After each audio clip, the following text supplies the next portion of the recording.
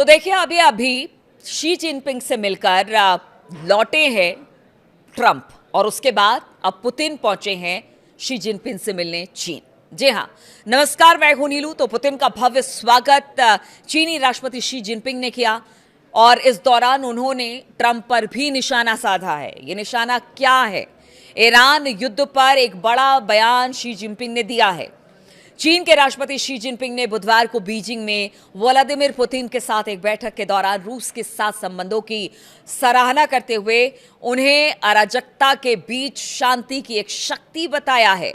और ये बयान काफी महत्वपूर्ण है। आप समझ सकते हैं, अगर शी जिनपिंग ये कह रहे हैं व्लादिमीर पुतिन के लिए कि अराजकता के बीच शांति की एक शक्ति, तो ये बहुत बड़ी बात हो सकती है। वो शक्ति कौन है, वो अराजक तत्व कौन है, ये आप खुद समझ लीजिए। ये बयान काफी महत्वपूर्ण इसलिए है क्योंकि यूक्रेन के खिलाफ रूस की लड़ाई अभी भी चल रही है और ये बैठक शी जिनपिंग की तरफ से अमेरिकी राष्ट्रपति डोनाल्ड ट्रंप की मेजबानी में आयोजित एक ऐतिहासिक यूएस चीन शिखर सम्मेलन के कुछ ही दिनों के बाद हो रहा है।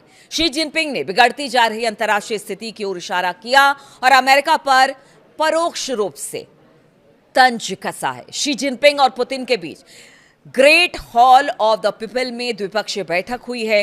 शी जिनपिंग ने कहा कि अंतर्राष्ट्रीय स्थिति उथल पुथल और बदलाव के आपस में गुथे हुए दौर से गुजर रही है, जबकि एक तरफा वर्चस्ववादी प्रवृत्तियां बेरोक टोक बढ़ रही है। और ये किसके लिए कहा जा रहा है, शी जिनपिंग ने किसके लिए कहा है, ये आप अच्छी तरह से समझिए। वर्चस्ववादी प्रवृत्तियां बेरोक टोक आगे बढ़ रही है। उन्होंने अमेरिकी विदेश नीति की आलोचना करते हुए बीजिंग की उस विशिष्ट भाषा का इस्तेमाल किया जिसे वो अनुचित मानते हैं, लेकिन फिर भी यह अमेरिका उसके वर्चस्ववादी नीति के लिए इस्तेमाल किया गया शी जिनपिंग की तरफ से। चीन की सरकारी मीडिया के मुताबिक शी जिनपिंग ने कहा कि इस स्थिति का सामना करने के लिए चीन और रूस को अपने व्यापक रणनीतिक समन्वय को और मजबूत करना पड़ेगा।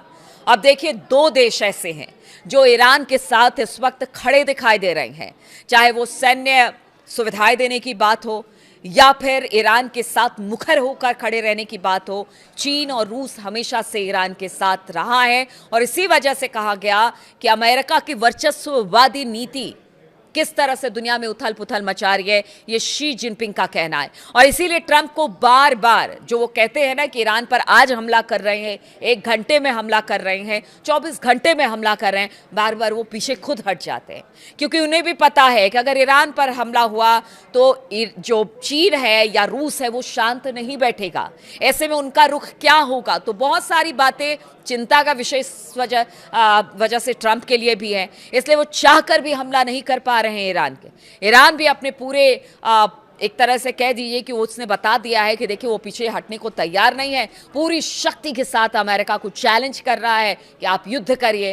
लेकिन बार बार डोनाल्ड ट्रंप जिस तरह के बयान देते हैं उससे कुछ और बातें निकलकर सामने आई है। और अब जब चीन और रूस आपस में मिल रहे हैं और इस तरह की बातें रख रहे हैं तो वो भी अमेरिका के लिए चिंता का विषय है। चीनी राष्ट्रपति ने ईरान के खिलाफ अमेरिका इजरायल युद्ध पर सीधे तौर पर बात करते हुए कहा कि इसका जल्द अंत होगा, ऊर्जा आपूर्ति, सप्लाई चेन और व्यापार में होने वाली बाधाओं को कम करने में मदद करेगा। शी जिनपिंग ने आगे कहा, युद्ध को पूरी तरह से रोकना जरूरी है, इसमें कोई देरी नहीं होनी चाहिए। फिर तो लड़ाई शुरू करना तो और भी ज्यादा अवांछनीय और बातचीत जारी रखना विशेष रूप से महत्वपूर्ण हो जाता है। यानी खत्म करना है आपको युद्ध तो आपको बातचीत करना होगा, हमले से कोई समस्या का हल नहीं निकलेगा। ये दोनों देश बता चुके हैं और आज जिस तरह से मुलाकात हुई है, द्विपक्षीय बात हुई है, उसके बाद तो स्पष्ट तौर से चीन और रूस की नीति समझ में आ गई होगी ट्रंप को। आपको बता दें कि रूसी राष्ट्रपति व्लादिमीर पुतिन पिछले 25 वर्षों से देश के राष्ट्रपति हैं, यानी कि रूस के राष्ट्रपति हैं और अपने इतने लंबे समय कार्यकाल में वो 25वीं बार चीन की यात्रा पर भी हैं। वैसे कुछ सालों में शी जिनपिंग और पुतिन ने व्यापार, कूटनीतिक और सुरक्षा के मामलों में अपने देशों के बीच तालमेल को काफी मजबूत किया है। इन दोनों देशों को अमेरिका के साथ साझा तनाव और एक ऐसी विश्व व्यवस्था को बदलने के लक्ष्य ने एक साथ ला दिया जिसे वो पश्चिम के अनुचित प्रभाव वाला मानते हैं। यानी दोनों देश मानते हैं कि अमेरिका जो करता है और जो कर रहा है वो कहीं से ठीक नहीं है। और यही वजह है कि दोनों देश, दो बड़े देश जो सबसे बड़े चैलेंजर हैं अमेरिका के लिए, वो दोनों अब साथ आने का वक्त हो गया है।